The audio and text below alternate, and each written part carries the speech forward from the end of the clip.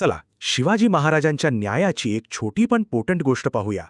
महाराज सैनिकांसोबत जंगलातून जात होते आणि तेव्हाच काहीतरी घडलं. आणि अचानक महाराजांची नजर एका रडणाऱ्या शेतकऱ्यावर पडली. महाराज थांबले आणि थेट त्या शेतकऱ्याजवळ जाऊन विचारलं, काय झालं? शेतकऱ्याने आपली व्यथा मांडली. एका मोठ्या सरदाराने त्याची जमीन हडप केली होती. हे ऐकताच महाराजांनी आपला दौरा तिथेच थांबवला. शेतकऱ्याचा प्रश्न सर्वात महत्त्वाचा होता. महाराजांनी वचन दिलं, माझ्या रयतेवर अन्याय होऊ देणार नाही. आणि मग बघा महाराजांनी किती झटपट न्याय केला. सरदाराला शिक्षा झाली आणि शेतकऱ्याला त्याची जमीन परत मिळाली. तो क्षण शेतकऱ्याच्या डोळ्यात दुःखाचे नाही तर आनंदाचे अश्रू होते.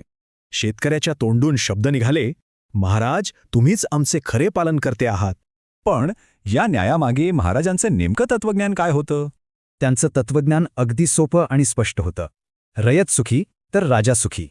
ही गोष्ट सांगते की खरा राजा कसा असतो, न्यायी, कनवाळू आणि धाडसी. आणि शेवटी हाच विचार मनात येतो, खरं नेतृत्व म्हणजे दुसरं काय असतं